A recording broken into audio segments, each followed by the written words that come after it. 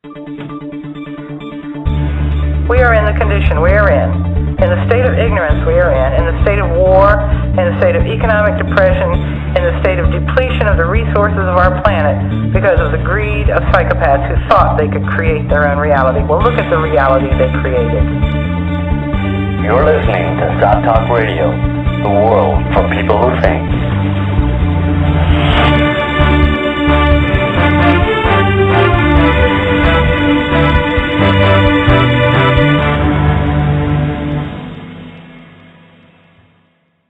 Hello and welcome to Sott Talk Radio.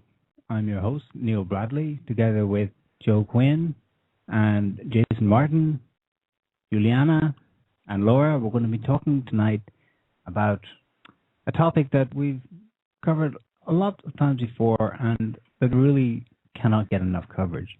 So we're going to have on, he's not with us just yet, but the author of a book that we came across recently called The Empathy Trap, Breaking Free from Psychopaths. No, excuse me, that's the title, sorry. It's The Empathy Trap, Understanding Antisocial Personalities.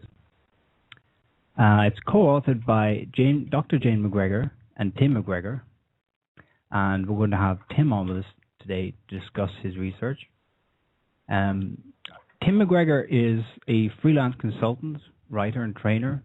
He's also been a mental health practitioner in the UK, and Dr. Jane McGregor, co-author, is a lecturer at the University of Nottingham in the UK.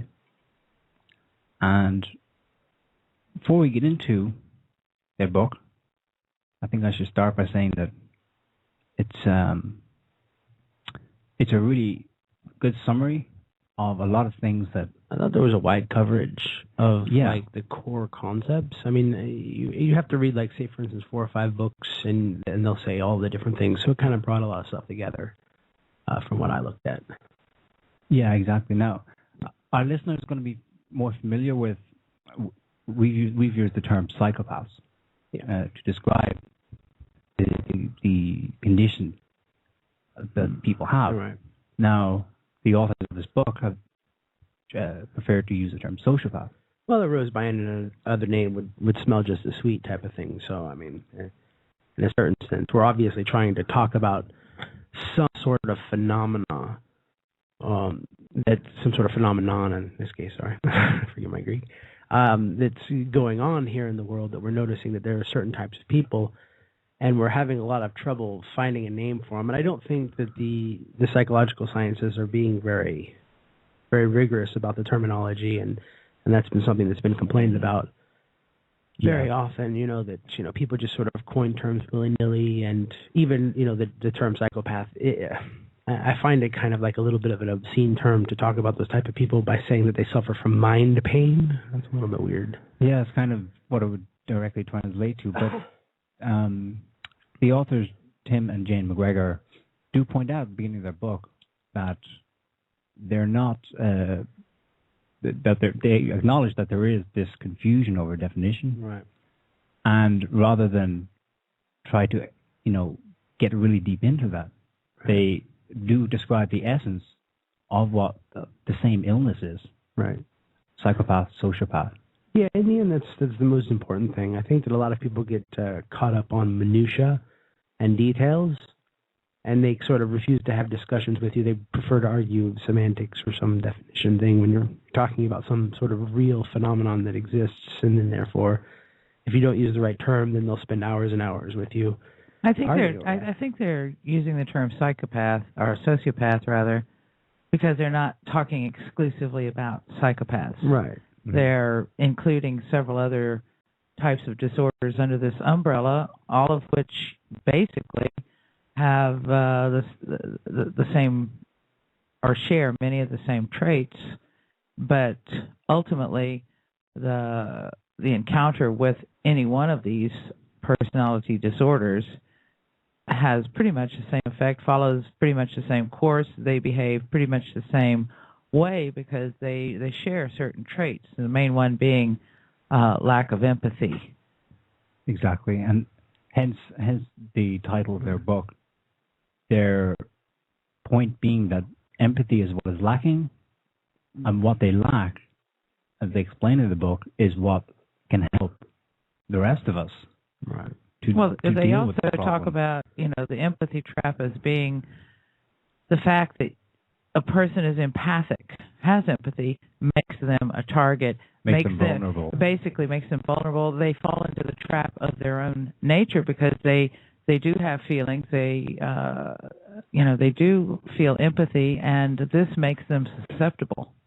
Well, which is probably why the effects and the methodology of them is so similar. It's not because there's something similar about them. It's because they're similar about empathic people. Their weaknesses are rather consistent across the board. The ways to manipulate them seem to be consistent and seem to be something that certain types of people study and attempt to exploit. Yeah, I think at this point now there are some, how do you say, there are tracks now that are well worn by people who are onto this problem, right. And those who do grok the essence of the problem, right. Home in on the same essential points, right? And it's good for them, but they will not be drawn into an argument about how exactly to identify them, right, or how exactly to define the problem, because first they put their hands up and say, we acknowledge that this is a very, very difficult problem. It's a new problem for most people. Right. Well, in any event, let me talk about this book. Hand it over here. I think it was probably a couple of months ago we got an email from Jane McGregor, and she told us about her book and asked us if we'd be interested in talking to her about it, and we told her, well, sure, but we'd like to read the book first.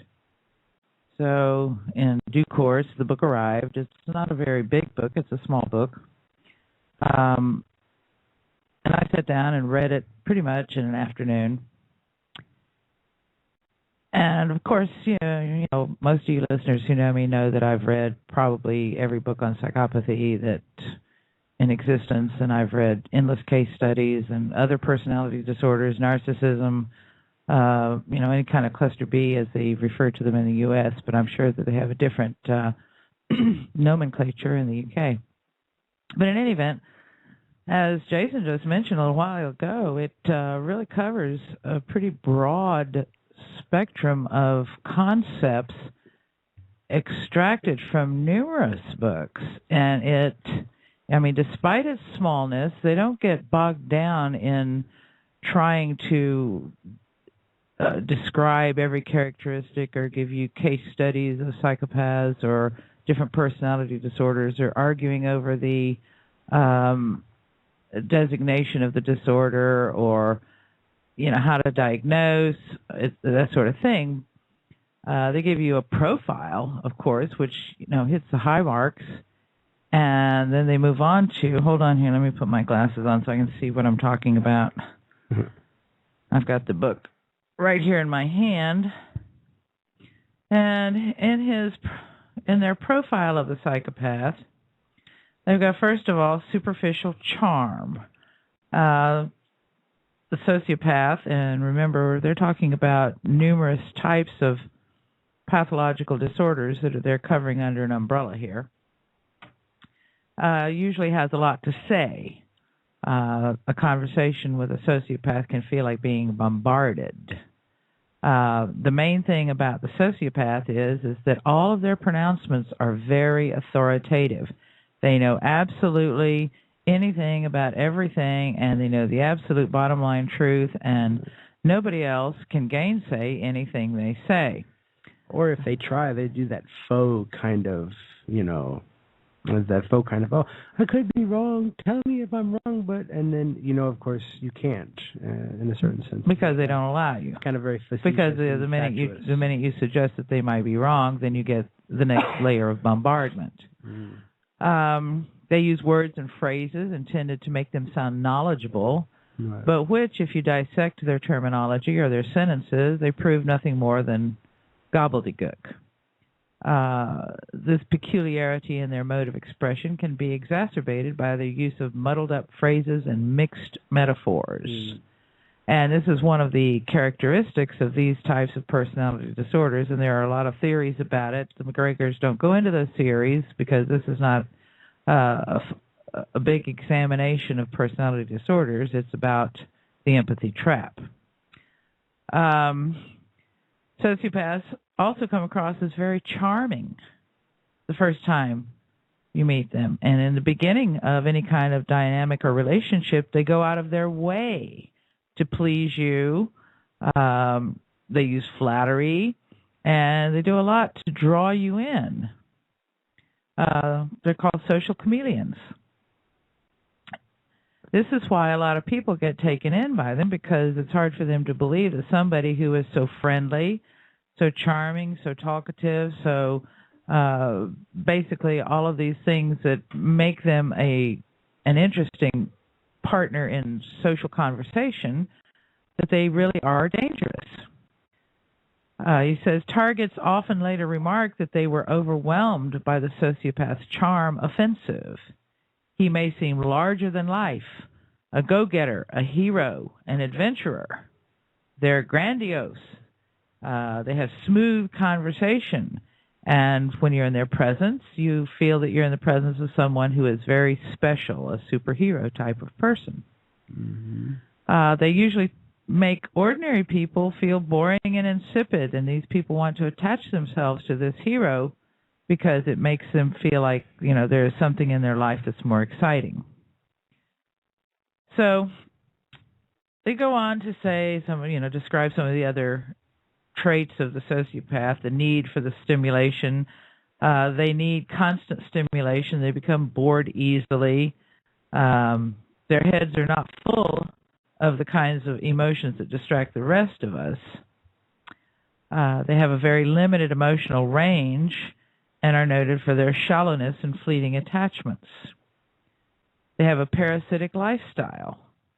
To someone targeted by a sociopath with strong parasitic tendencies, it can feel quite literally as if life is being sucked out of you. They behave with passive aggression, victimization, blaming others, self-pity, withholding information, withholding things or idea, or, just basically withholding. Learned helplessness. And then manipulator. They are manipulators. And this manipulation means that they can control victims through positive reinforcement or negative reinforcement.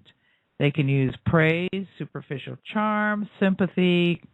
They can cry with you, make excessive apologies, give you money, approval, gifts, attention, that sort of thing. And that's the positive reinforcement that they use to control people. Negative reinforcement is something like, for example, you won't have to pay all those bills if you allow me to move in with you. Yet other means are intermittent or partial reinforcement used to create a climate of fear and doubt. And, of course, they use punishment, nagging, intimidation, threats, swearing, emotional blackmail, crying, playing the victim, etc. A sociopathic manipulator can cause you to believe you're going crazy. If you find yourself in a relationship where you think you need to keep a record of what's been said, because things keep changing and one thing gets said today and then, no, I didn't say that, and then something else gets said tomorrow, or he lies so smoothly and argues so persuasively that begin to doubt your own senses. Over a period of time, this is so eroding it can distort your sense of reality. The sociopath can make you feel guilty for speaking up or for not speaking up, for being emotional or for not being emotional enough, for caring or for not caring enough. The manipulation of the sociopath is a powerful strategy because most of us are conditioned to check ourselves, and we usually are our own worst critics. If accused of being in the wrong or acting imperfectly, we do whatever is necessary to reduce our feelings of guilt. Mm-hmm. Now, if you met someone and even just a small sample of those things jumped out at you, right away you'd be on your guard, right? I mean, you would instinctively recoil and, stop, wait a minute, let me think a second. But something they developed later on in the book that I think is their concept they've introduced. They call the concept SEAT. That's an acronym, SEAT. Sociopath, empath, apath, triad. it's kind of a dynamic they describe. It's really interesting. It's one of the better parts of the book, I think. Exactly. So after summarizing, Laura's just done the characteristics, they kind of give a sample of how all of this would fall into play. We have a caller on the line. We're going to take it. Hi, caller. What's your name? Where are you calling from? Susan from California. Susan, can you hold the line for just 1 second? Yes. Thanks. We finally have Tim on the line here, so I'm going to go and get him on the. Okay. Hi, is that Tim? Hi. Hello. Yes, it's me. Hi, Tim. Welcome. Welcome to the show. Sorry for the problems we were having there. We've just been kind of going through your book and reading a few excerpts and discussing We've been it. stalling for time, let's just be honest. Yeah. But anyway, we finally... Good to have you here. I'm glad I got through. Thank you. Okay. Okay, Tim, well, thanks for agreeing to come on today. We've really enjoyed the book that you've co-authored with Dr. Jane McGregor. I've already introduced the book a bit, and Laura's read some from it to our listeners. A lot of our listeners will be they'll be pretty familiar with the topic because we've just talked about it and discussed it on our website over the years and here on Sott Talk Radio. And we really like it. It's a neat little book. So I thought I can begin by asking you, how is it that you began to research this topic? Was it a personal experience? Was it your professional background? Yeah, it was a bit of both. Both myself and Jane, my wife, we've come across this and these types of people through kind of personal and families. And one of the reasons we started doing it was to actually try and help our son, who had been exposed to someone who had shown this type of behaviour. So we just started. I mean, because the main thing for us was really to try and help people dealing with these types of individuals. We're not really dealing with the sort of sociopaths themselves. It's really trying to help those affected by them. And there's not many books like this out there. Often it talks about the sociopath, the psychopath, and not looking at the impact they have and what help can be offered. So we're really keen that we can try and help people out there. Okay, that's excellent because, as you pointed out, I mean, a lot of material is, well, let's say it's geared towards the academic, the definitions, the core of the problem itself, which is who are these people and where do they come from and what makes them tick. Yeah, can we take this caller really quick and see what she would like to ask? Yeah, and because I want to come back to a discussion of this SEAT triad, because I find this to be one of the... Okay, so Tim, we had a caller on the line just before you came on, so we're going to go back to her and then we'll come back, okay? Yeah, that's fine. Okay. Hi, sorry, was it Susan? Susan from California. Hello. Hi. I know too well what you are talking about. I was married to bipolar sociopath abuser who did gaslighting and everything you came from. From it, my children came out of it in different ways. And then I could share with you that because I would like to know from the author what happens to the children of this. And the next person I met, because I wanted help for my son, someone said I'm empathic. I don't know if I am or not. But the thing is, I met a psychic energy vampire. And from it, I was with that person 1.5 years, and if you can understand it, that I was hypnotized by it's very fast, by being with him in a moment and then hypnotized on the telephone, and I didn't know, but he brought out the gifts I didn't know I had. So these people are empathic. I thought he had everything to help somebody, but he knew everything what he could use to manipulate me. A Reiki master, an empath. I now think he was a sociopath, and he finds people that he uses for his purpose, and I thought he was an indigo child. So they deprogram you. So what's your question? Oh, my question is that when a child's gone through this form or me, how do you overcome it? My son's, what I'm reaching out for is he developed where he can't, his emotions he's having a hard time dealing with, and so from it you can become ADD, or you can become eating disorders, or you just don't understand it. Let's ask so him if you could share that, or if he wants to ask Tim, me you want anything. to answer that question? Yeah, there's two parts to that. The first one is we've tried to deal with those. I'm so pleased that you feel that you're sort of empathetic, and I'm pleased that you've managed to get out of that relationship. Because obviously the book looks at how you managed to get out. With children, we deal with sort of various phases. The first phase, if you're in a relationship with and your child, you're concerned, we cover things like the welfare of the child. You need to make sure that the child's safe. We look at the kind of how cruelty can be put onto a child. We also look at the kind of the relatives. So we look at all of those as well. And the thing we then look at is how you can help children move forward. Mm-hmm. There's lots of things with children in terms of increasing their physical contact. There's some ideas about improved eye contact. There's lots of ideas. You're probably reading the book about ideas about mirror neurons. And it's trying to use empathy and trying to actually sort of develop that and build that and actually get that onto your child. So if they've maybe not experienced empathy, you want to actually, it's like contagious empathy. You want to actually try and do that. So it's we've got lots of things in the book about dealing with stigma and about sort of being bold and taking risks, but also follow your instinct. A lot of time, if you feel that what you're doing is the right thing. Going back to the point you made about you were exposed to some individuals, that's partly because I was trying to make people aware of, if they do come across a sociopath or psychopath, it sounds like you have come across one who's been playing games. And what we're trying to do in the book is actually recognise when that's happening. And I can talk in a minute about this seat in terms of the relationship, because that's something that we think is quite new to actually try.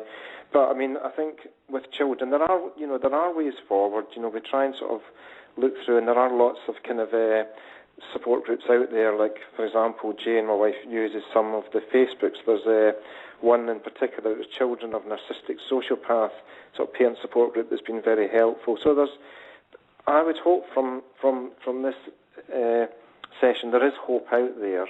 But as I said, if you've got with children, the immediate thing is, if you're concerned, check their welfare, check if they're being exposed. There's lots of... Well, we know he has. He's 23 now, and the therapists don't understand us at all. They don't know how to understand it, and he became addicted to other things because of this behavior he was subjected to as a kid. Yeah, because we've got that in the book as well. Often people can deal with substance misuse or eating disorders, and again, we look into that. The book's not going to cover all of those specifics about substance misuse, but we try and then point people to where they can get help with those types of issues. Yeah, there's a chapter on that, dealing with complex family situations in the book, and there's also an appendix of useful addresses where you can make contact and start your research for getting help. It's really kind of part of the book. So we would really recommend that you get this book. It's not a big book. It's not an expensive book. It's really easy to read, and it really drives home some important points. So. I think it would be a good starting point, Susan. A very good starting point. Well, I'm learning now to keep away from that behavior, but what good thing I want to share with one thing that came out of it with me after being a year and a half with this person is that finally when I heard the voice of my ex-husband in this individual, because they're very good at deceiving you, but what came out of it after I got out of the addiction, because I was enchained by this person for that many years, not physically, but enchained by your mind, that I see the truth in people. So it's just hard to explain to a therapist different things. They just won't get it. It's just that's what you live with afterwards. That you get it, I understand it. Even if I read your book, I would say yes, yes, yes, yes, yes. Yeah. But how do you explain it to other people so that they understand your kid? Because your kid, it's hard for them to understand it. And even if they do understand what their dad did and accept it, it's how to get over these emotions inside you and understand that you couldn't do anything about it, and and you just come out of it a certain way. He is 23. I mean, maybe you should get him to read the book too. I mean, reading a book is not something that is what comes out of it. It's emotional, and when he gets this emotional emptiness, if you understand that, a hole inside you, and you feel it up with different ways, food, and then binging, and and then marijuana, and it could be shopping, it could be anything, it could be sex and OCD. All of this comes from what people don't realize, that when you're surviving something, you act one way. When you're free, all these things come up. What we try to do as well is we do take similar things from other sort of psychological addictions. We try to bring some of those evidence-based things. So we look at preventing relapse in terms of your judgment, looking at high risk, looking at identifying your moods, new ways to deal with these things, looking at habits and routines, looking at triggers, becoming lots of those things that we touch on. And again, if people need more, but I mean, it could be the therapist as well needs to understand this as well. And that's part of it, is trying to make people understand that we need to build, and not just individuals but society, we need to try and build and make people more empathetic to actually try and help. The carers need to be understanding this as well. So did your son get over it? Is it? So I want to know there's help there. I mean, he was subjected to it. Is that what happened? I mean, I don't mean to get too personal with you, but no. I mean, that's what we've tried not to sort of get into too much personal details. But no, I mean, from the experience we've had, what we've had to do, and we'll probably touch later in these interviews, sometimes is actually to reduce the contact with these individuals and to put very clear boundaries. And then once you've done that, is then trying to actually sort of manage yourself internally and help your family. So we've sort of really tried, if you can, it's kindness and caring and empathy. That's what we want to build, and that can then bring about. So if someone has been exposed to these individuals, empathy can help bring them through and bring them to a more positive outcome. So I mean, if this book can help in any way to move people forward, that's why we've done it. It's really just to see if we can help, and I really hope that I can help your son as well. I mean, we've got people who have been on one of these Facebook groups that we've shared some of these chapters, because we use a lot of specifics of cases.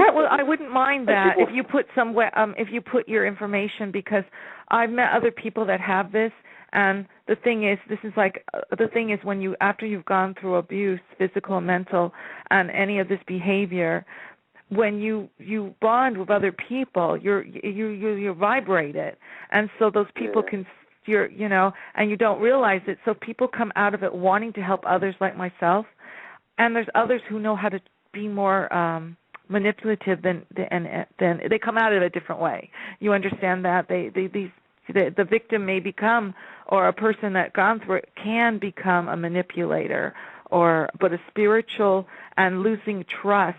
Because when a child feels, a parent who acted that way towards a child, they have a very hard time to trust somebody. Or a woman who's gone through it meets a spiritual person that you trust them, and then you lose your trust. Susan, so this book's really to try and identify those people, and then how can you spot them, how can you avoid them, how can you remove them from your life, and then how do you move forward with your life, and that's what we're trying to do. Well, for me, I don't let people touch my hand anymore. That's what happened.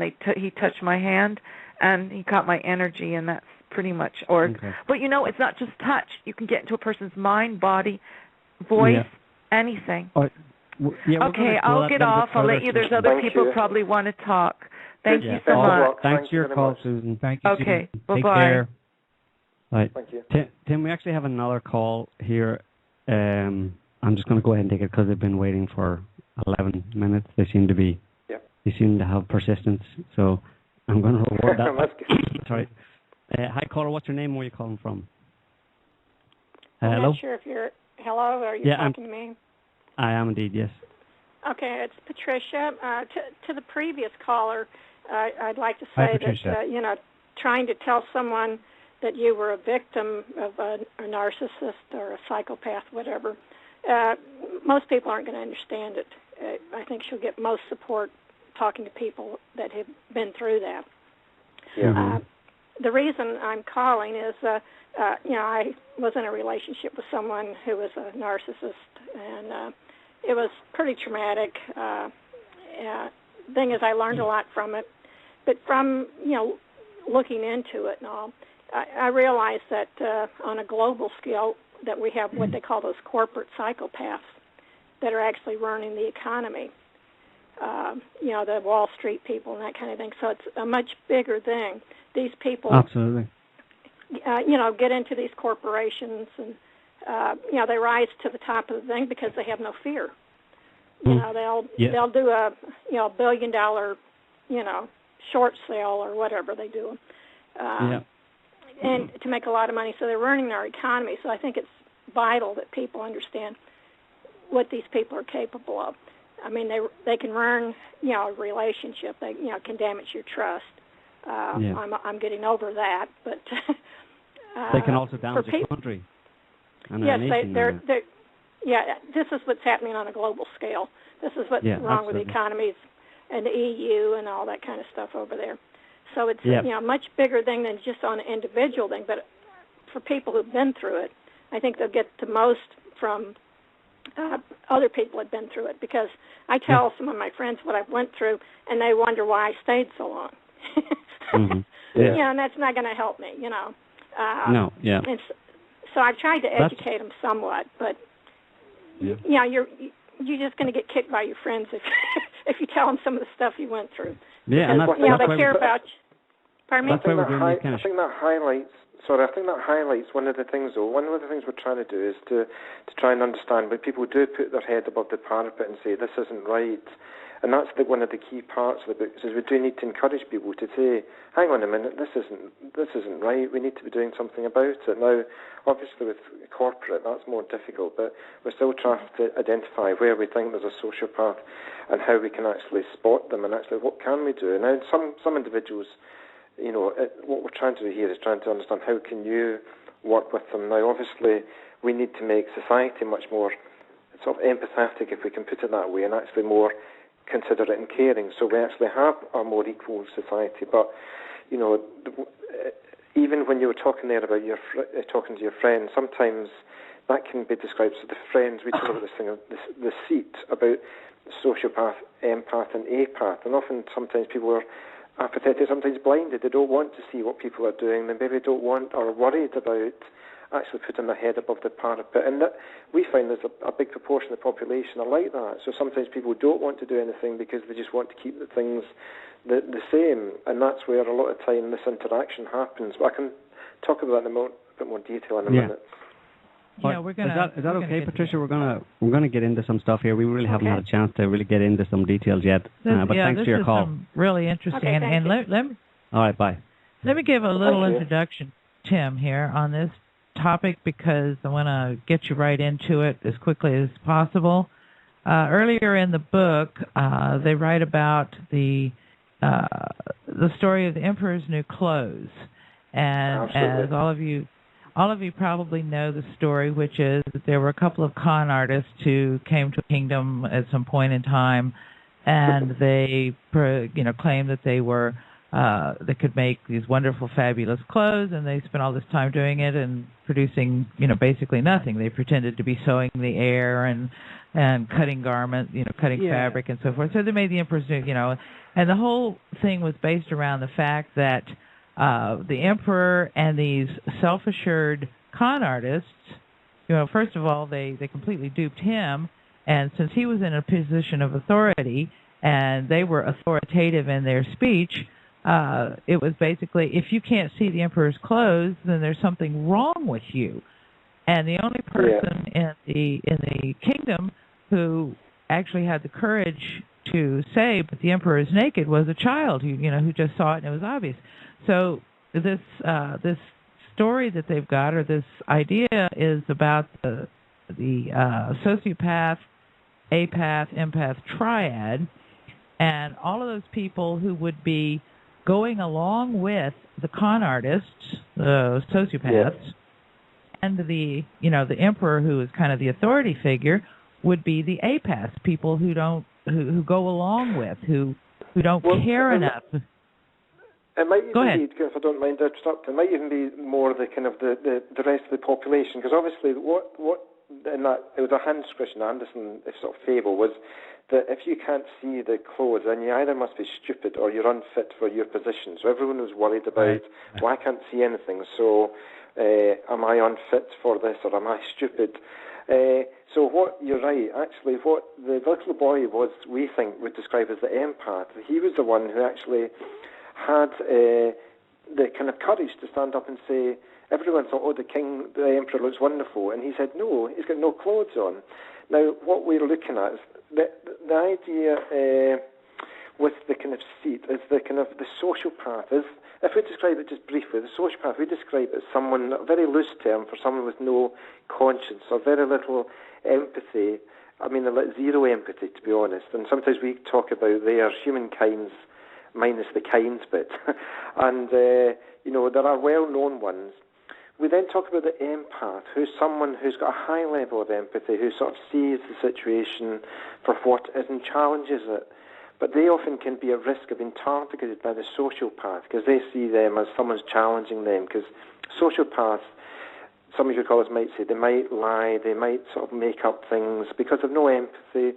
They don't have a conscience. They can, manipulate and have superficial charm. And then the other bit of this triad is the apaths. And what we describe as apaths is people sort of apathetic, that they're either blindsided or they're anxious or maybe fearful or they lack of interest and about concern for the person who's targeted. So you might have, and the sociopath, we say there's maybe between 1 in 100 and maybe, 4 in 100, I've got this. Then you've got the other of the spectrum, the empath, who's got lots of empathy, and then you've got the majority of the population in between, who are the apaths. And the apaths are the kind of the people in the crowd of that, the sort of emperor's new clothes, who, don't want to, they don't want to be as stupid, so they say, oh yes, your clothes looks wonderful. And the little boy is the empath who says, no, he's no clothes on. And you have to have this kind of triad here, and this is quite new, and we're trying to actually say, how can we make, and the challenge for this book and for society is, how can we make the apath, the majority of the population, actually be more aware of the issues and looking at that interaction between the sociopath, because often the sociopath will try and bring together the apaths and sort of try and get them as their sort of foot soldiers. And often when the empath does challenge, the sociopath is already trying to get some of the apaths, who might be fearful. They might be fearful about their job if they maybe want to challenge their boss. And we need to actually try and get them to say, and it's fascinating. In literature, we all love to see the sort of the person actually challenging things to actually say that's wrong. But in society, quite often, a lot of society doesn't challenge that. We might describe ourselves as the apaths who are not wanting to do anything out of fear or anxiety, or that the sociopaths bullied other people into believing them, if that makes sense. Well, so I would say that the description that he kind of gives reminds me of Bob Altemeyer's work on authoritarian followers. And he did an extensive series of research. Are you familiar with experiments on what he called right-wing authoritarians, or people who just sort of go along. And he did just great books. He's got a couple of them: Enemies of Freedom and The Authoritarians. The Authoritarians. Are you familiar with that, Tim? No, not that one, but there's similar things like the Milgram experiment, where they actually, when they looked at people giving people electric shocks, and often people, when they're actually being told by someone in authority to do something, even though we cover the things, the ethics in the book, but often when people actually, someone in authority says you have to do this, it's fascinating the amount of people, and they could be the apaths who actually get told you have to do this. So they actually go ahead and give people those electric shocks in that experiment because they're told that they have to do that from the who did that experiment? Milgram. That was Milgram.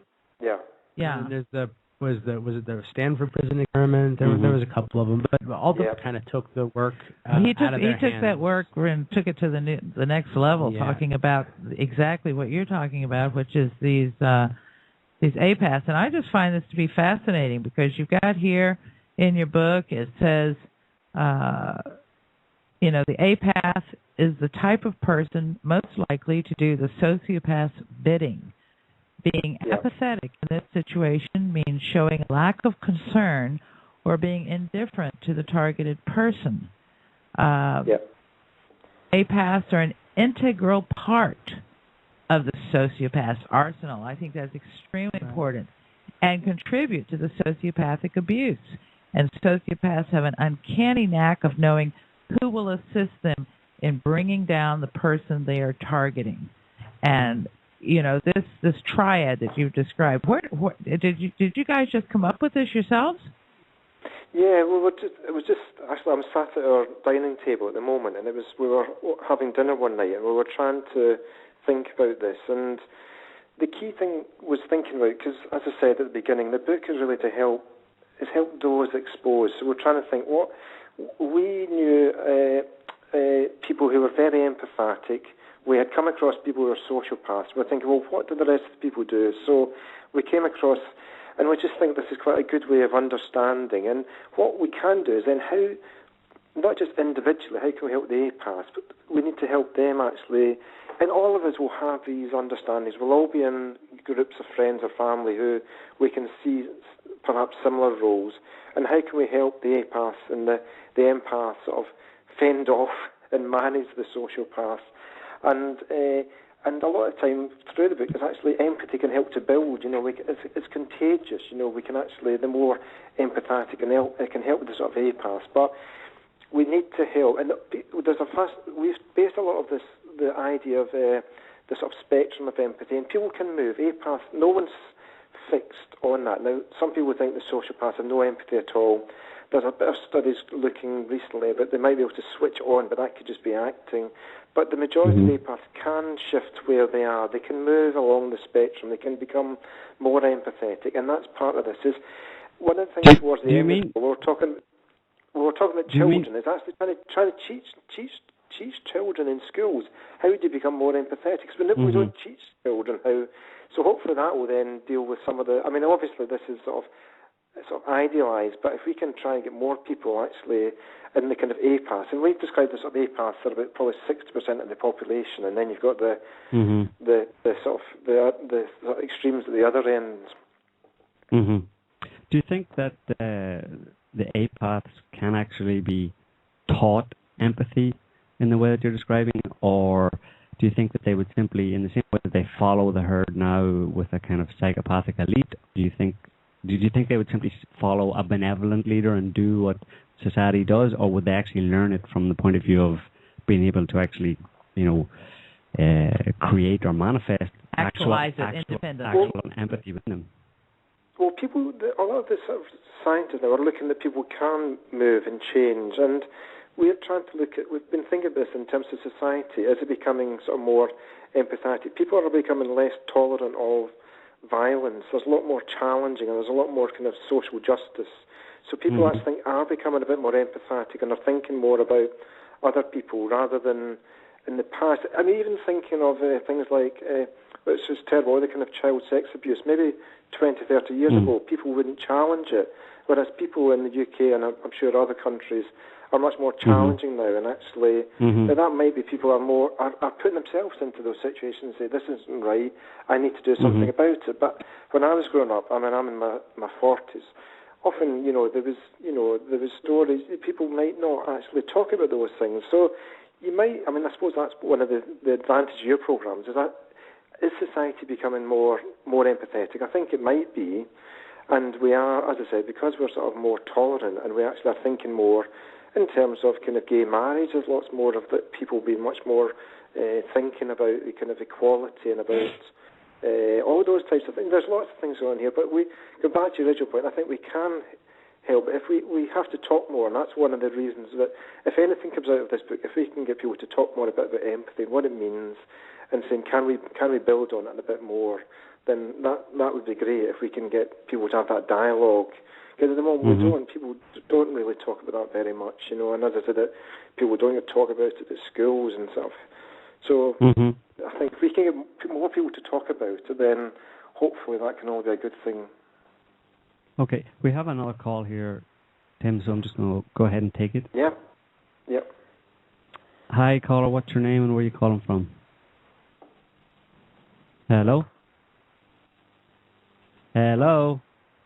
Caller? I know you're there. No, I think they're gone. No, they're still there, but they're not answering. Oh, dear. They put the phone down and walked away. They put the phone down. I hope I've not put them off. No. I think they got tired of waiting. They were holding for about 8 minutes. Do we have a caller? No? No, we don't. No. Okay. Okay. So in the meantime, Tim, related to the problem of apaths, would you say there's some kind of, there's a division between people who are born apaths, for example, they never cared really about others when they were children without being psychopathic themselves, and those who were made apathetic by the fact that they have suffered a lot of trauma, or they're really, really paralyzed by fear, etc. Because sometimes it's, I don't know what you think, but it's kind of hard to, when you look around and see people who don't seem to care, no matter what you say, no matter how much suffering they see around in the world, and there are, on the other hand, those who start caring, whether they learn about psychopaths from direct experience or they realize what's going on in the world from learning about it from a larger scale point of view. What do you think about it? Can people be born apathetic and others change? No, I think the thing that I would bring back to that is this idea of, rather than sort of dealing with the kind of the terms, is the empathy spectrum, and there's lots of ideas around at the moment about how people sort of learn and how they actually sort of understand, and what we're trying to do is get people to understand. If you're concerned, in the book we do look at that. If you're concerned, if you've got a child who might be showing some of those, now there's lots of kind of diagnostic, but what we're trying to say is, what could you do? And we give some advice in the book about because I suppose what you need to do is a parent needs to identify that within their child to then do something about it. Now there's some ideas about having more positive contact, having better eye contact. Because there's lots of various thoughts in the moment about this idea of mirror neurons and about people learning behaviours. And I suppose with children, do they learn how to react to another by learning from their parent? Now, if their parent doesn't show any emotion and has no empathy for others, does that mean the child would then learn that way of responding? So then the way of changing that is for the child to learn more about empathy and actually to be shown empathy and to actually have more kind of... some of the kind of research is around better eye contact, better contact. So we try to find ways of how do you move children forward. So we're trying to describe what the thing is at the moment in terms of having the sociopath, empath, and apaths. But how do you actually shift that? So we have more empaths and less. Yeah. So would it be true to say that instead of taking a kind of top-down approach, which a lot of people take in terms of combating what's called the psychopathic elite and the evil of government, the corrupt government, etc., instead of attacking it at that level, you're talking about trying to change it from the bottom up by by appealing to parents to be more teach their children to spot these cases. Yeah. But also society as a whole does need to understand there are those people out there, we've said from the very outset, there are sociopaths with no conscious ability. We need to be able to spot them, and how do we actually then manage them in our own lives? Because the thing to remember is often, because they've no conscious, no empathy, they're not going to change. How do we individually change? How do we respond to them? And how does society respond to them? Because if we're saying there is no conscious, no empathy, they'll just keep doing what they're doing. But we as society, how do we respond to those? Well, going back to the story of the Emperor's New Clothes, one of the problems I think we are facing is the fact that society itself, our social construction, our social standards, the way governments are set up and bureaucracies and so forth, they're all psychopathic or sociopathic to a great extent. So that corresponds to the emperor himself being taken in by the psychopathic con job. I wanted to say something earlier on that because Tim there was saying that society has become more empathic, and one of the reasons he listed was that people have less of a tolerance for violence. And I was going to say that, well, in a certain sense, I don't know if that means that they're more empathic. I see that people are more what's the word for it? Gun shy in a certain sense. They can't handle violence at all, and they just don't want it to happen. But they don't want it to happen in their town. It's more like they don't care if it happens somewhere else. Yeah, it's not here. It's not really about being empathetic. It's about not having their lives interrupted or disturbed with something. They don't want to be stopped from what they're doing. Yeah, that describes in a sense the apath. So that fear, is they might not want to challenge because they're fearful. They don't want to change because it's like if you've got a difficult boss. We give quite a few examples where you've got in the school environment, work environment, you've got a difficult boss. Do you want to challenge them? Are you worried about losing your job? And it's the same thing with society because obviously society might have, the government as well might have a kind of, do we challenge that, and I think, that's part of this book is that dialogue and for people to think about challenging what we're doing and, to try and see, can we have it differently? Can we have things a different way? Well, I did also want to point out when we were talking about whether or not apaths can be taught to be empathic, that Altemeyer did do a study in that vein, actually. He put these people that he called the authoritarians, he measured them before and after they had participated in kind of like a more liberal college environment and sensitivity environment, and tested them after, and he saw that there were positive results. And then he actually repeated the experiment where he followed up much later, and he found that actually once they had left the environment and been back into the authoritarian area, that they had basically reverted exactly back to their so they respond to the environment more than anything else. Yeah, like what Tim is saying pressure. is this, like, better eye contact with people, better emotive contact, looking at people's faces, detecting emotions, seeing people express positive emotions.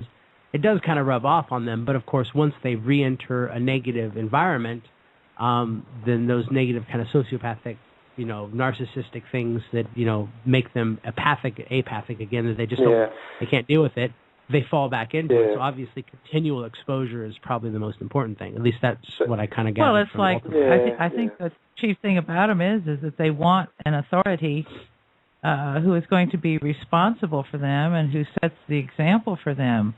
Right. And, whatever authority is present is the one that they're going to follow. And if they don't have a good example, if they don't have a benevolent authority, then they're going to follow a negative one. I think that they fall into two groups as well, You go ahead, Tim. And and one of the things, is to try and to build up, there's lots of practical steps as well to try, because I take some of the points you're saying in terms of actually the environment, but we still do need to actually, recovery is possible. That's one of the things we try and actually look at. It's one of the recoveries used in lots of other areas of sort of health and social care, and we're trying to say, we're trying to pull in examples from elsewhere where we can see it actually work. So we're looking at, ideally in the world, we'd want to have more empaths. We'd want to build up those.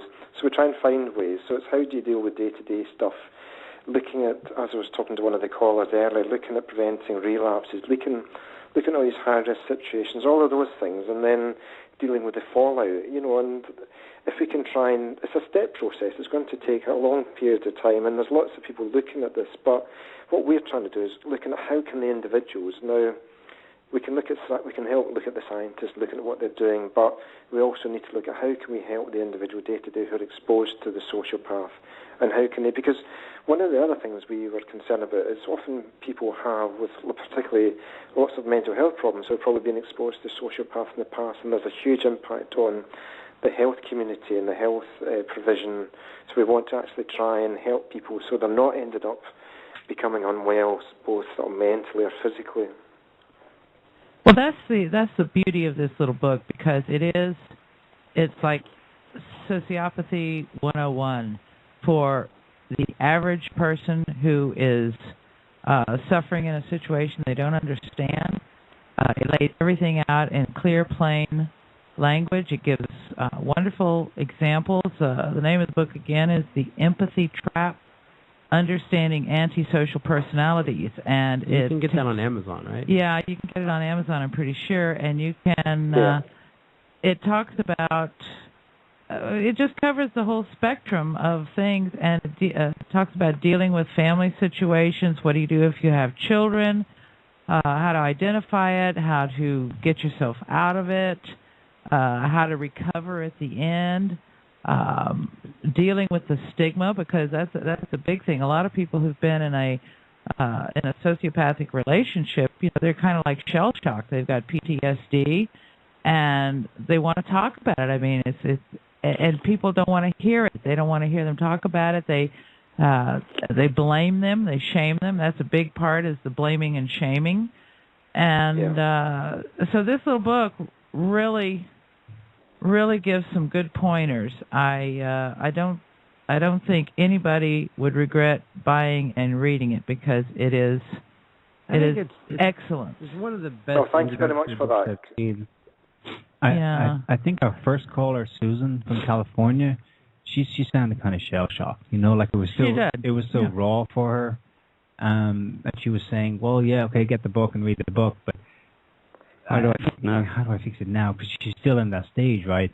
I think if you're still listening, Susan, I think something that would be a top of my list would be to find a good psychotherapist or counselor who is aware of the scale and the depth of this issue. Yeah, and she said her son was in therapy, and I don't know if she is as well, but if the therapist isn't working, look for someone else. And also, we would probably recommend anybody that Martha Stout recommends, because she has a list, I think, in the back of her book, The Sociopath Next Door. Yeah. So that's a pointer, for maybe a better therapist, or a list of better therapists that are more. And Sandra Brown as well. And Sandra Brown's books as well. Tim, have you read Sandra Brown's Women Who Love Psychopaths?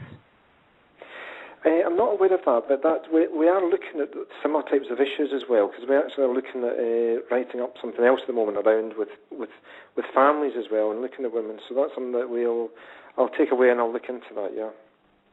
Yeah, we had her on 2-3 weeks ago, and we had a pretty good discussion, because she did an actual study and found that there were many traits in common amongst the people who got taken into a sociopathic relationship, that they scored very high on this and very low on that, and that these traits actually exactly matched, or in a complementary way, the traits of the sociopath or the psychopath, which is a fascinating thing, because it's almost as though the sociopath targets the most empathic. Yeah. That's what our seat, sort of the triad, is because often they will target those because they are challenged, or they see them as a challenge, and it can be a game, that they actually can. And often when people are empathetic, we've, come across people who actually, because of that, actually not seem to attract sociopaths, but actually it's probably because they actually are challenging. We think maybe when the sociopaths talk initially might be lying or manipulative, that they actually are, the empath challenges them.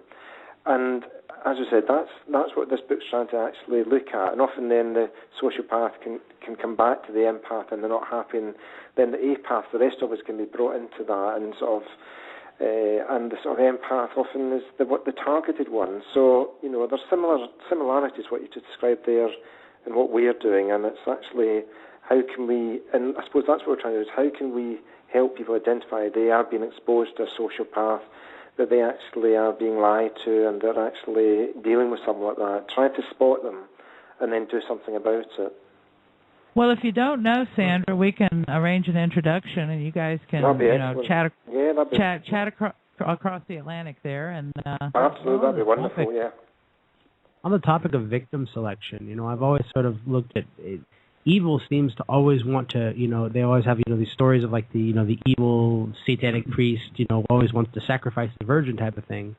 And I think that they actually even intentionally seek out empathic people, because it's almost more fun for them, I think, to crush somebody like that than it is to do like an apath. I mean, it's not really about the easy thing. It's the game. They want to game you. They want to win. They want they want the excitement it's for the them. Excitement of corrupting and harming someone who can be harmed, whereas the apath is just sort of like the shell shock, and however you poke them, they just Absolutely. I mean, we talk about the sociopath. I mean, there's lots of things. There's the superficial charm, but there's the need for stimulation. Yeah, it can be a game because they don't have any conscious.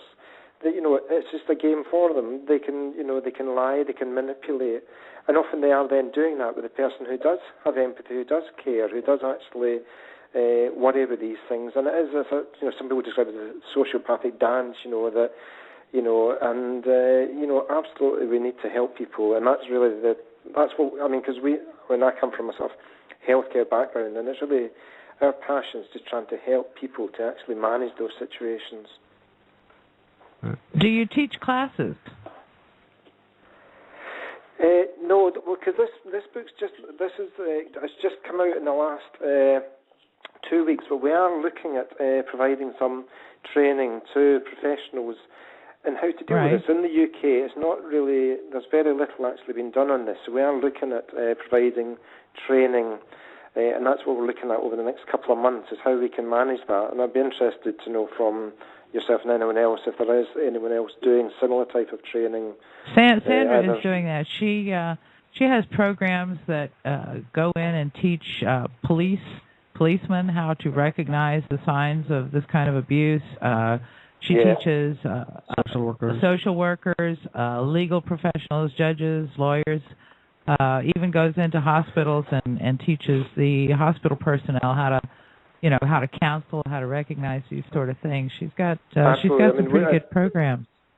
No, that'd be good, and that's what we're looking at. I mean, that's one of the points of the books as well, is hopefully to get, we're trying to get it as widely as possible to all of those sort of health, social care, but also, in prisons as well, in terms of actual people, so they can understand those types of behaviours, because obviously the prison population has a kind of higher than the sort of the normal expected levels of sociopaths. So we need to get those in prisons as well as out in the community to do that. So absolutely, I mean, and again that goes back to what I was saying. We need to make sure society as a whole is actually having that conversations and actually talking about empathy and talking about and the impact as well it has. I was just when you were talking earlier about and a lot of these people with the shame, the anxiety, the kind of fear of others that can, when you've started looking into this, you can actually start to see this in lots of other people's, and you've got to be careful. It's sort of you don't think all society is like that. It's just trying to help people actually identify it. And well, something you pointed out in the book is the way this is almost formulaic. How sociopath, apath, empath triad actually sort of how it works as a kind of a dynamic. So first of all, the sociopath does or says something evil. The empath challenges the sociopath, and then it's back to the sociopath, who throws others off the scent and shifts the blame to the empath, and only then the apath plays his role by corroborating the sociopath's perspective. Now, what struck me was that there's a kind of a formula to it, and you've said that it's nearly every time that you see it, it gives this. If it this is follows the way all it plays. Through, it plays out the same. It's almost like the pathology is so predictable, and that I think is. It's quite shocking. Well, it's a valuable insight as well. It's valuable, and that's a great learning tool. A learning tool, for people to become aware of it. It's interesting that we go into this because I had a question kind of on this thing. Tim, have you ever read any of Cialdini's work? He's a social psychologist from Arizona. No, again, that's another one. If you can give me the details, I can look in. We can look at that as well. Yeah. Well, the interesting thing is I read salesman literature. How do salesmen manipulate people? And he's a social psychologist who studies how high pressure salesmen manipulate people into buying goods and stuff. Yeah. And he breaks everything down to a lot of mechanical things that work on people consistently. And, of course, he's not talking about psychopaths and sociopaths, but if you just sort of take his stuff out and then you apply it, you can see there's a lot of mechanisms as he talks about, like the authority and social proof, which is kind of what you're talking about with the apaths. The sociopath collects apaths with them to corroborate them so that they can basically social-proof somebody, gaslight them by getting corroborators from... Yeah, they have their own traveling, clappers, so to say. Yeah, and their superficial charm. Cialdini talks about it as the likeness game. I'm like you, or you like me, and I make myself likable. That superficial charm game is an entry, and about how people start committing to things. They want to become consistent with themselves, and they don't want to waffle. So once they've become the sociopath's friend or agreed to do something, they're less likely to back out, and the sociopath can kind of press them and things like this. So it's kind of like an interesting little book from that perspective. Yeah, you might get some. You might get some insights for your next book. No, absolutely. And it just triggered me there because when you've mentioned gaslighting several times, and that's exactly when you'll be familiar with with this, and it's the idea of that kind of and we can see that similar pattern. You're talking about sales, but also in terms of friendship groups where there might be that's three phases of idealization, where they're very attentive and charming, and then they sort of move into the sort of devaluing phase, and then they sort of discard people, and you can see perhaps that's that kind of technique similar to the whole kind of gaslighting effect as well, and people actually using that, becoming very charming, trying to get people on board, and then actually just going through those other phases, just to get what they want out of that relationship. And Lobachevsky, kind of reversive blockade, that he talks about, is also kind of in the gaslighting area of things. That's that authority and assurance. But the whole refusing that the truth is the truth and insisting that a lie is the truth. Yeah. That reversive blockade of Lobachevsky. Tim, the description of gaslighting in your book, and you talk about the gaslighter and the gaslightee. Can you explain to our listeners what gaslighting is? It's from, as I said, it's just those three stages. Obviously, from that film, it's trying to actually doubt. What we try and describe it simply is sort of doubting someone's own sanity. It's actually trying to sort of, in this sense, not brainwashing. That might sound a bit harsh, but it's actually trying to actually get people to believe. Now, obviously, in the film it came from, it's around the sort of the husband trying to actually make the wife seem as if she's going mad in one sense, in terms of actually. And it's, we describe what we try to do is we describe in the book as it's sort of a systematic attempt by one person to erode another's reality. And we do give some examples of modern day scenarios where we actually, and as I said, it's trying to actually,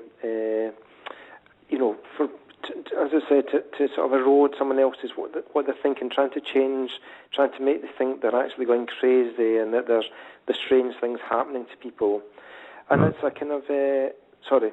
If I could jump in for a second, I think the movie was instructive. If I remember correctly, what the husband did is there was a gas light, and he kept reducing the gas and dimming the lights, and then denying to his wife that it was happening, and she kept saying, "It's getting dark, it's getting dark," and he kept saying, "No, it's perfectly fine." But the whole time he's turning down the gas and the light to make it dimmer, and he's walking around acting like everything's fine, and she thinks that was the point. That he was trying to convince her that she was crazy, and she kept reporting there was strange things happening in the house, like there was dimming of these gas lights. But what happened was it was the husband was in the attic doing some sort of dodgy activity, so he was actually, and that was affecting it as well, So again, it's quite a common thing. It's quite well.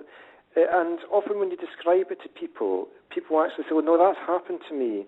And I think if we can try and get people to look at these case studies we've put there and actually think, well, that sounds familiar, then that might hopefully then trigger them to say, well, that's happened to me. What why has that happened? So I think often it's just giving that kind of awareness to people. And as I said, that's, if we can try and get people to think about those relationships they've been in and actually thinking, has this happened to me?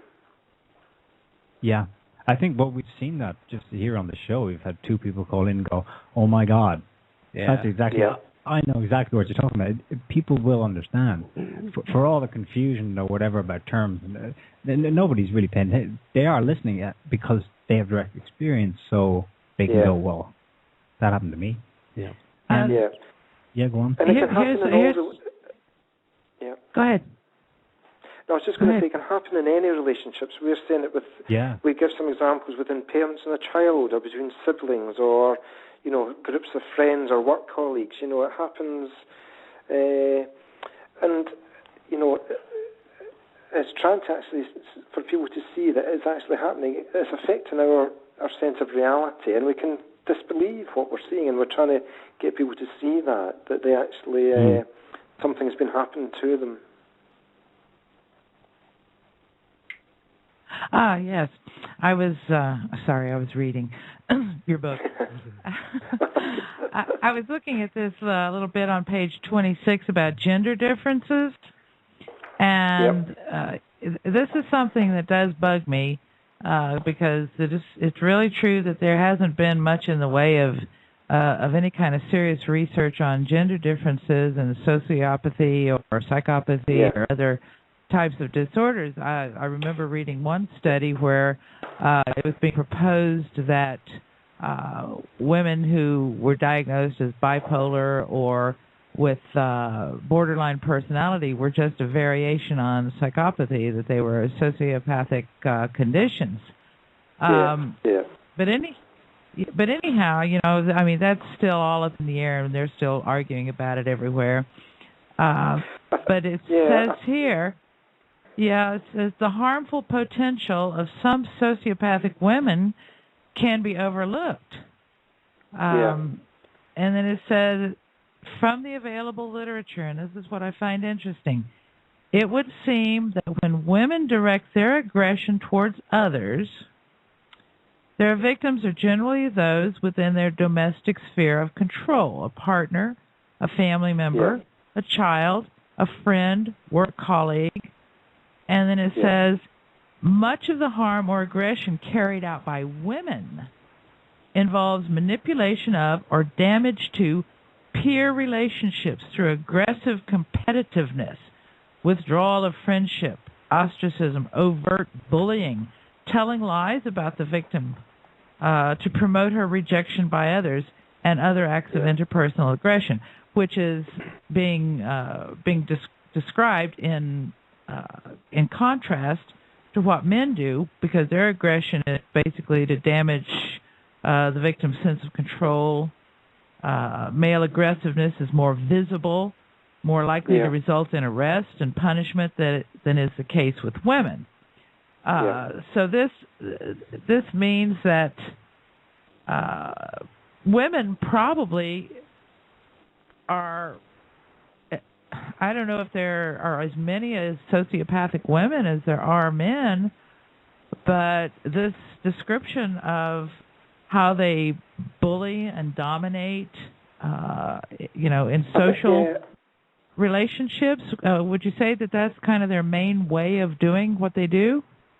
Well, I think we're trying to show that there are differences in terms of how people responded to, and we're trying to make sure, because when often you describe this, if you just talk to the general public about sociopaths, often people, as I said at the beginning, have this idea it's this kind of a criminal male who's in prison, who's committed these horrible crimes, and it's not the case.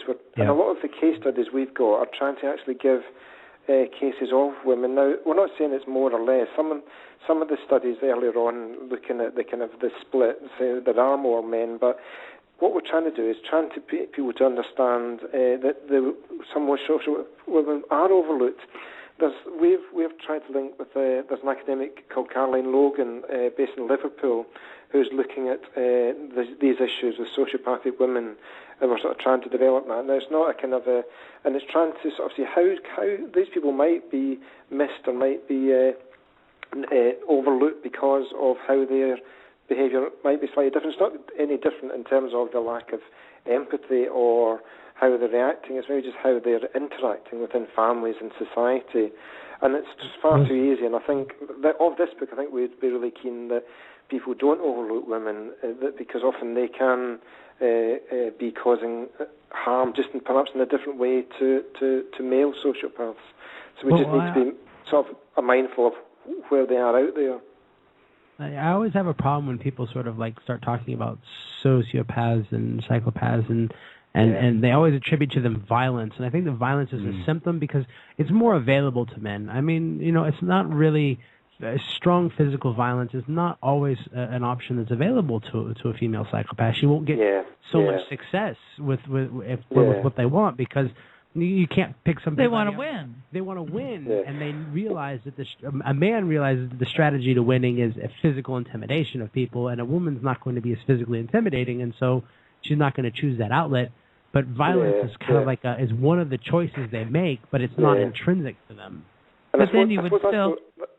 That's what we're trying to do in the book, is trying to challenge that. I mean, absolutely. I was saying that's a kind of stereotype. I'm not saying that's what, that's what we obviously hope in the book. We're trying to challenge that and to actually say, how can we actually identify those women as well? And particularly, even the two callers you had was around individuals and having children and exposed to relationships. You've got two women who've called. So again, we just need to be actually making sure that we're looking at that widely, that is just trying to sort of understand what are the differences. And again, we're trying to sort of, some of the case studies, the sort of scenarios is actually to try and get people to understand it is across the whole male and female. We've had, on other shows when we were on the topic with other guests, we've had a few men called in and told their stories, so it is becoming a little more widely accepted. But I want to ask, when you're dealing with the woman sociopath, this dynamic that Neil just described from his notes that he got from the book. This what is it again? They start with it's the triad where the first move is made by the sociopath. And what do they do? Yeah. Okay. Well, what I want to know is this the way it works with women also, even though it's in a social setting rather than in a setting that may ultimately lead to violence? Well, that's what I'm saying.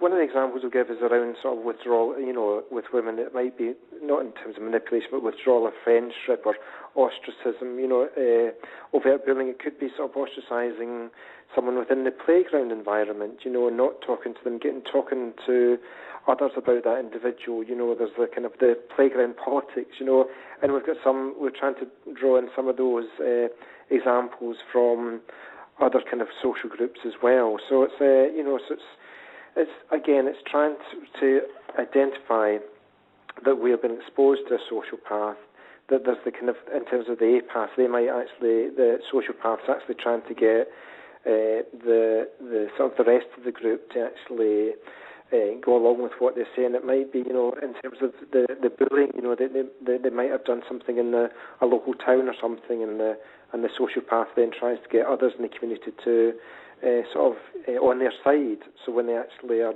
using that manipulative behaviour, that the others are saying, "Oh, that must be right," and in fact, no, the empath is the one that stood up and said, "No, this is wrong." So you can, we've got examples in the book as well where hopefully, and when we've shown these examples to others, people think, "Oh, I know someone like that. I've got a friend like that, or I've seen that happen before." And it's just trying to get people to look at it differently and not imagine it's the old stereotypes of the kind of the male. When you talk about sociopaths, it's not just men. It's across all of the kind of both sexes. There's another taboo that you challenge in the book, kind of indirectly, but I think you might be able to clarify it for us. There's a case study of 15-year-old James as a sociopath. Now, that begs the question, can children be sociopaths? Well, what would you say? Well, obviously, we're in that corner. We think that, it depends on how you're using sociopath. Yeah. There's a lot to be said for nature and the development of these various conditions, but then there's also a lot to be said for nurture, how the individual is raised. And because, people say, oh, they were abused as a child. Well, way more people are abused as children who do not turn out sociopathic than those who do. Mm-hmm. So absolutely. There's got to be something in the nature. Yeah, and that's what I have to touch on. We've tried not to get into too much in terms of the kind of a lot of not the science. I don't mean to minimize that, but to try and actually look much more at how to respond to that. Now, as I said, there are some studies saying if children have not been exposed to the kind of, if they've had, maybe a sociopathic parent and they've not been exposed to showing empathy, then they might show that as well. Now, there's quite a few examples we've given in the book around children, but we think there are children that don't necessarily have, that have low levels of empathy, going back to the kind of spectrum, and it might be because of how they were brought up. It might be because of some kind of physiological. I mean, we've tried not to get into too much because that's not our background, but in terms of there is studies going on around kind of the sort of brain physiology and those types of things. But I mean, there are, we are trying to look at sort of callous and emotional traits within children. We've got a section in the book where it does start to look at antisocial behaviour, which is there, and there are cases where that is there. And I suppose using that example is just to say that the good thing is, how do schools respond to those types of behaviours? Because if they're not teaching about empathy in schools and then someone is actually showing that, now some of these cases are based on sort of not real life, but they're kind of a collection of various kind of stories that we've been told or observed. So they're not fantasy, they're ones that we've seen. So how do we respond to that when we have children who actually, and there are kind of it's linked with stuff around the conduct disorder, and we're looking at a lot of these kind of we cover things there as well, how to identify those children, how to move forward. And as I said, there are some sort of theories about how to take it, and there's a section in there about how you can sort of manage those.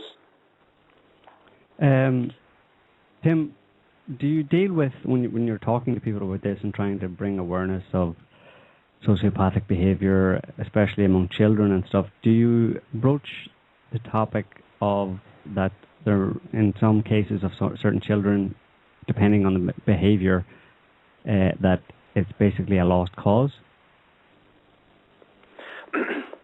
Well, no, I mean... Because, let me just give you a context for that. Because what came to mind...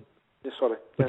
Sorry, I just want to finish that, because what came to mind was the story it's a good 10 or 15 years ago now, of I think it's Jamie Bulger. I think you mentioned that in the book here. In the UK, yeah. And this was him and a friend. They were only 7 or 8, 6 years old, 6 or 7 years old, and they basically more or less tortured and killed a 2 or 3 year old in Liverpool. Yeah, it was so horrible. I just can't. And I stay awake at night. I mean, what kind of abuse could could two young boys like that have experienced in a home environment that would lead them to mirror that if it was simply learned behaviour? And surely there are other children who have equally bad childhoods who don't do what those two children did. Well, I always remember this story. Go ahead. No, on you go, please. Well, no. Go ahead, Tim. It's you. No. You're going to say a story. Sorry, I interrupted. No, I interrupted you, so I'm the one who's in the wrong here. I was just going to point out, it reminds you... On you go. Time lapse. Time lapse. No, I was going to say, it reminds me of the story of the two brothers. One of them goes to visit the other brother in jail and says, why are you in here? And he says, it's because, Dad was a drunk and he beat us all the time, and, that's why I'm in jail. And he says, but look at you, you're a successful lawyer. Why are you that way? And he's like, because Dad was a drunk and beat us all the time, and I didn't want to be like him.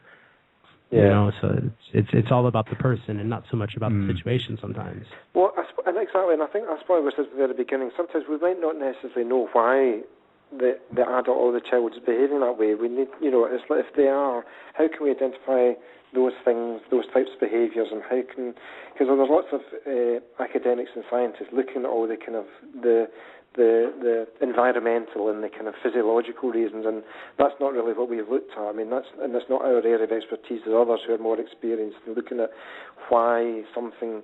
What we're trying to understand is trying to get some kind of framework, and if we have got those children who have got those behaviours, what can we actually do? What can be done? And there are some suggestions and ways of doing that. You're right. There's no X equals Y, so let's deal with X, because there's lots of variances in terms of, I mean, I come from a mental health background. Now, there's huge kind of, it's impossible to say this equals that, but, you know, we've tried to touch on some of the kind of thinking, some of the kind of research behind it, but it's very much in terms of practical steps of what can we do.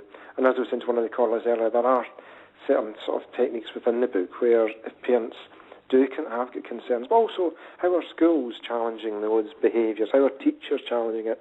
In the UK, where we're based, it's you know, I don't think it's been challenged at all. I think if those children aren't, sort of, those behaviours aren't being addressed, which I think they aren't, then what's been done? Is there any help being offered? Okay. I think it's a really big problem, and I think a lot of people are going to be glad that at least you have addressed the problem in your book, because I think there are parents who deal with this, and somebody needs to put it on the table and say, this is a problem. These are some suggestions what you can do about it, because we've got another call here. I'm just going to go ahead and take it. Okay. Hi, hello. What's your name? Hi. Where are you calling hello, from? My name is Zoya. I'm calling from Belarus. Okay. Hi, Zoya. Hello, Zoya. Hi, Zoya. Yeah. Hello. I have a question. What one can do to help a person who was in a relationship with a psychopath or the clearly psychopath traits, and she went through a serious crisis that led to an almost nervous breakdown, just to end up in a very quick succession in a relationship with another clearly pathological person, or maybe she even got back to the same one because, you know, I'm not sure this part is unclear because she's even sharing a lot. This person uses the same control games on her. Obviously, it takes two for tango, and she plays her games as well, you know, emotional and stuff like this. But it's because she's literally under his spell. I know this person, I live with her, and I see her every day, and I can clearly see that she is a changed person. And even if she says that she's aware of it, she can't do nothing much about it than to react in a mechanical way. And she's a very outgoing, social, and good-looking girl, but in this case, clearly chooses to lose her self-respect over this guy. And I know him, I saw him, and he looks, you know, like he looks all shiny, smart, and honestly creepy. So the question is, can someone do something in such case when I care about this person, and it's really worrying me because I know that she will end up with another breakdown. But she's clearly under a spell, so she won't be able to listen. Or so you want to know if there's something you can do to advise or help wake your friend up, because she's already had a nervous breakdown as a result of a relationship, and now she is in another relationship or back with the same guy and heading for another nervous breakdown. Is that it? Yes. I mean, have you spoken to your friend? Have you been able to speak to your friend about this? Well, I actually study in a university and I live in dormitories, and it's my roommate. And she, when she was done with her boyfriend, with the previous one, she changed completely. Her behavior, everything. She was not only crying every day, but she was basically, she had a nervous breakdown. She was shaking. She was all with bruises, as if he was, you know, hitting her. But I think maybe there's something else involved. I don't know. But she was completely, like, a completely different person from what I became to know her, you know, during those 2 years that we are together. And right now she's behaving, and you know, she behaved past like she was addicted. It was like a love rush, you know, like a love bug. She was all on hormones or something.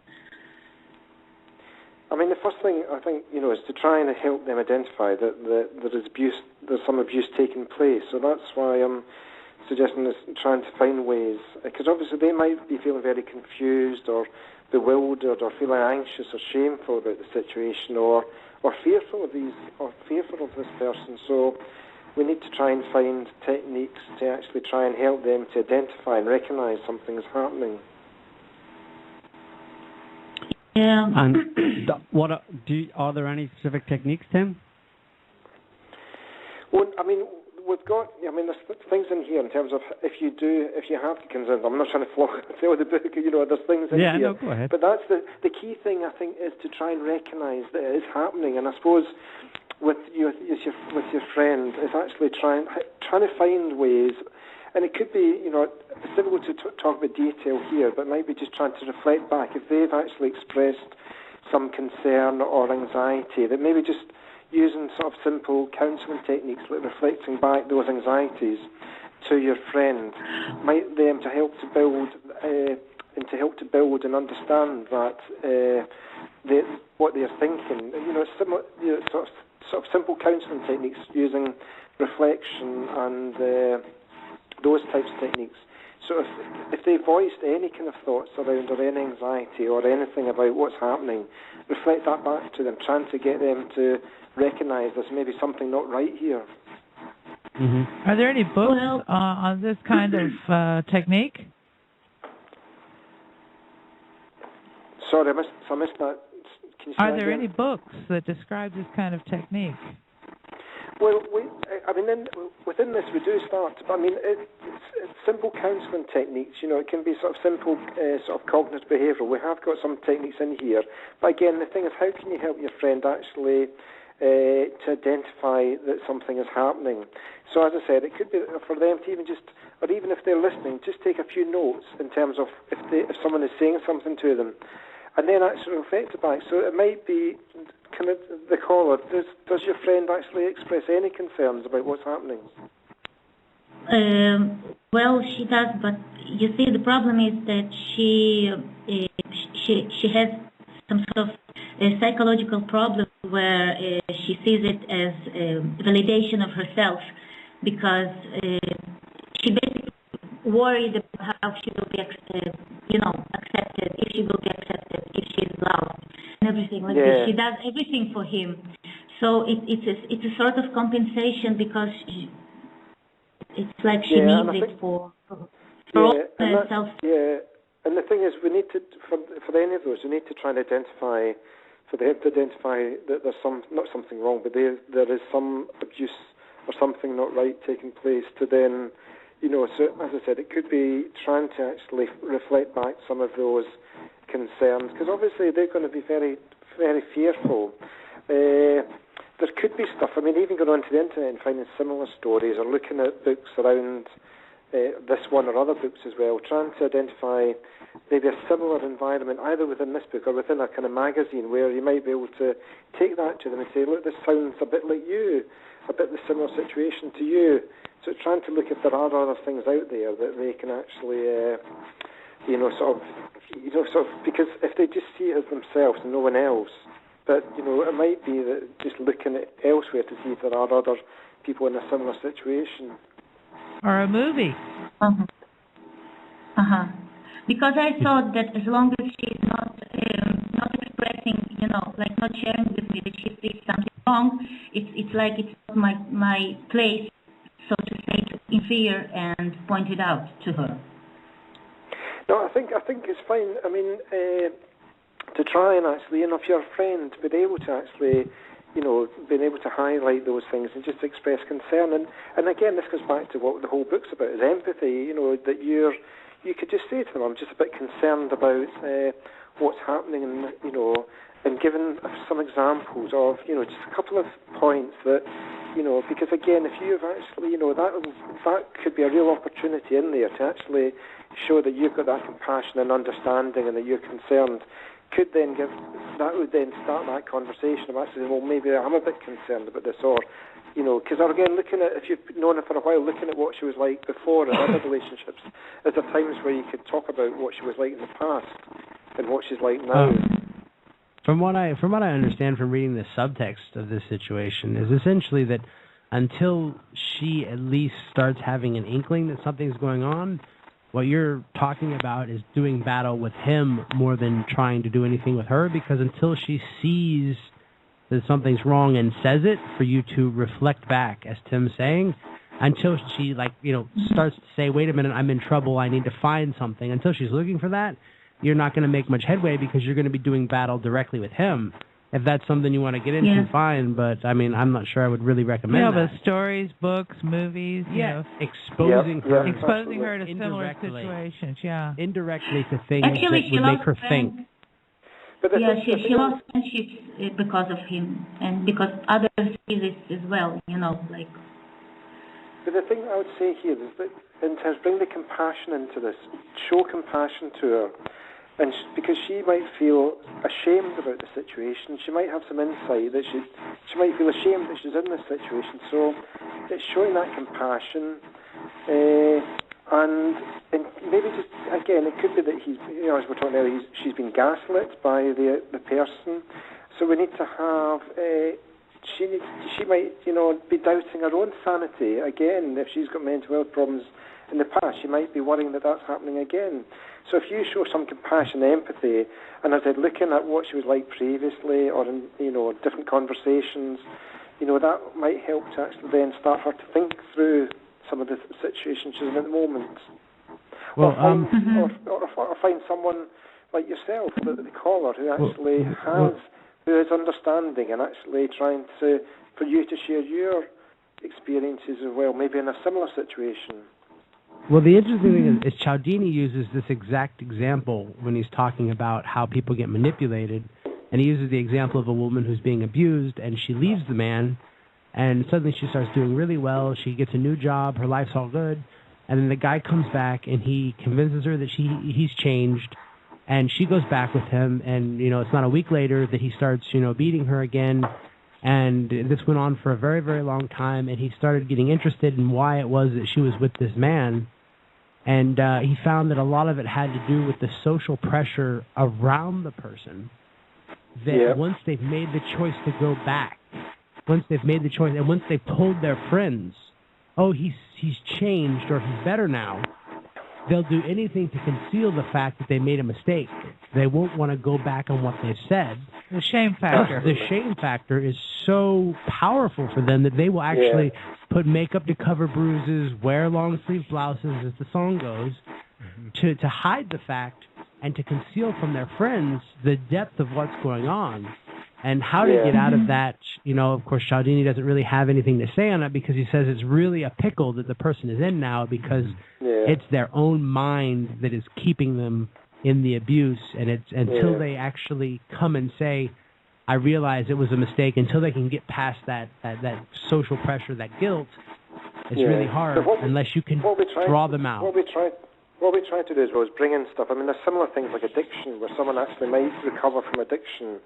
And we talk about trying to bring this idea about preventing lapse or relapse. And, lapses in your judgment or high-risk situations or, and finding ways, because there can be seemingly incidents that might not necessarily seem important, but might actually get you back into that behaviour. Maybe someone might drop you an email, or you might be curious. You might want to know what's that person doing now, or you might look at them on Facebook or Twitter, and that then you might drive past their house, and you could easily slip back into a similar situation. So we're trying to get, or if you're having a bad week, you might think, you might want to go back into that. So we look at high-risk situations and about the habits and routines, and trying to get people aware of the triggers that might get you back to a situation you're in the past. Because the thing is, people might get through this, but we don't want them to go back to it next year or the year after or the year after. So it's trying to identify all these triggers that might be potentially getting you back to those behaviors. I just want to tell the listeners that there is a chapter in the book, The Empathy Trap, called Coping in the Aftermath of a Destructive Relationship.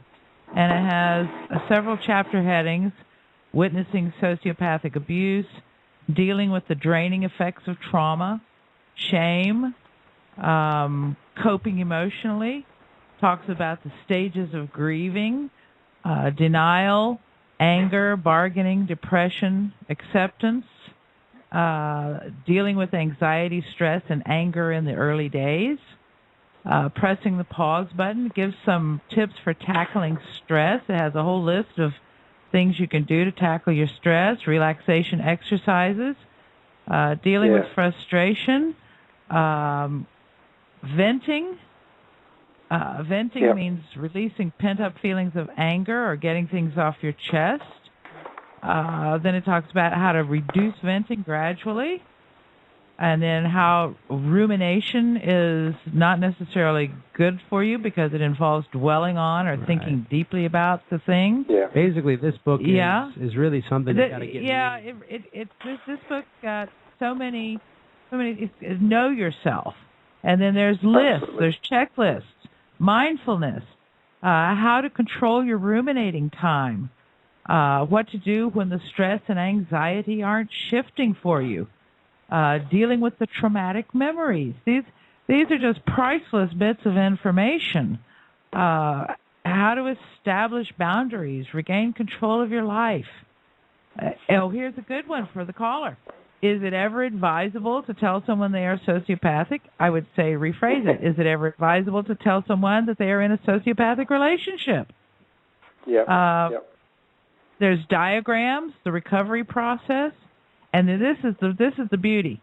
Coping day to day, establishing personal boundaries, limiting contact, no contact, preventing lapses in judgment. This is a big one. This is a very big one. So yeah, this book is just essential reading. It's The Empathy Trap. You can get it on Amazon by Dr. Jane McGregor and Tim McGregor.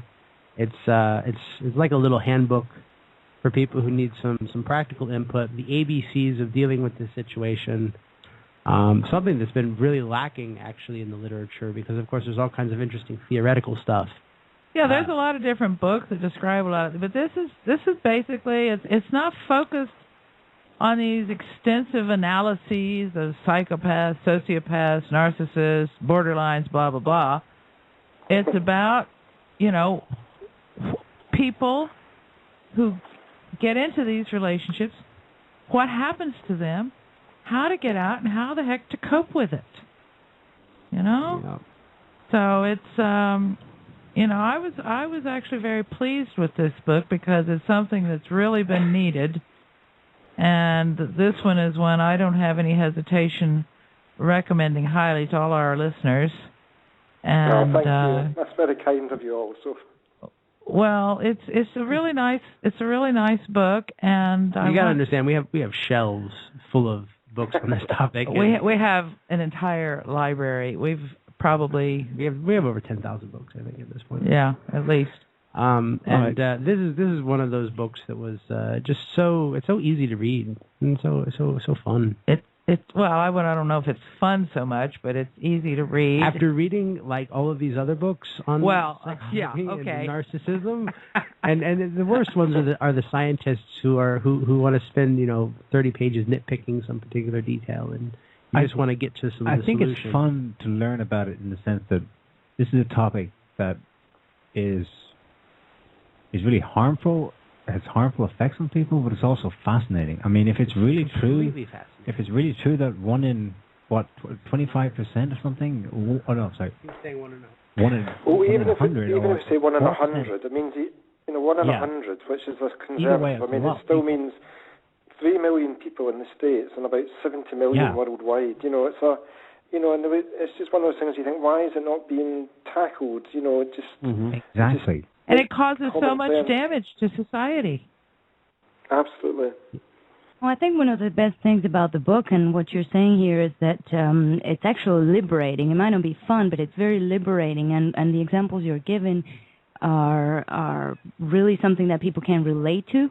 And a lot of the times people lose interest in the topic because they think, well, this is about politicians or serial killers or whatever. People.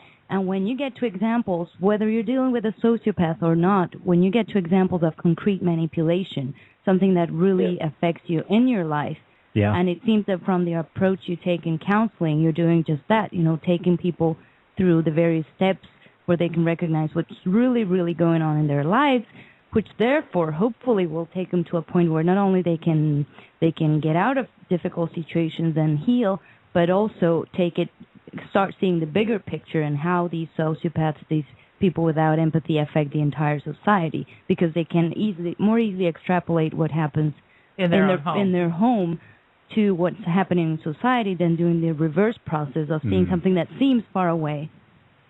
Yeah. Absolutely. So and that's something to... that really is really good in what you're saying, and you know, this type of literature is not just the abstract concepts or the stories are good. Oh, that's good, because it was a bit of an unknown, because when you're trying to describe those situations, you know, and trying to understand, because it's obviously in different countries and different cultures, but the stories we've tried to put in are just ones that, as I said, are generally true stories that we've come across, and just trying to get people to think. But the thing that we found most helpful for us as well is people say, well, I can recognise that, I can see myself, I can see my friend in that situation, and it then means that, well, at least they've identified that there's something not right, and it then means them to start thinking. And if they can support friends or family, I mean, as we've done it, you know, to try and help, you know, that's been the main driver for us, is trying to help people. That there's some things here that have helped us, and and even if a couple of callers that you've had tonight, if they can just move forward in some way, that'll be, the book itself will have done what we. If it helps one person, what I'm trying to say is, I think we'd be happy. You know. All right, Tim, I think we're going to end it there. I think we've covered most of what we wanted to cover. I just want to thank you for being on the show, and thank you for writing the book along with Jane. And thank you for having the chance. No problem. The name of the book is The Empathy Trap: Understanding Antisocial Personalities. And that's about it. So thanks to our listeners, thanks to our callers. Hope you enjoyed the show. We will be back next week. Good night, all. Good night. Thank you. Thank you, Tim. Thanks, Tim. Have a good evening. Okay. Thank you very much, then. Take care. Cheers.